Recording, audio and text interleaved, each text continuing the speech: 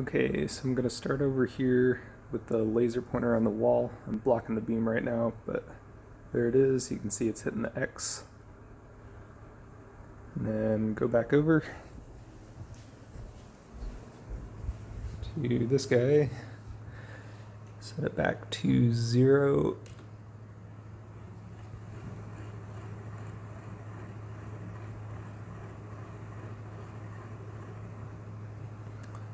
Laser beam is up there. I'm going to set it back to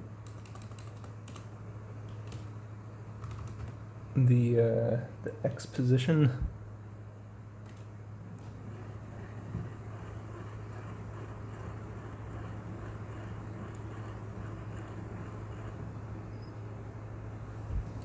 And let's see how we did.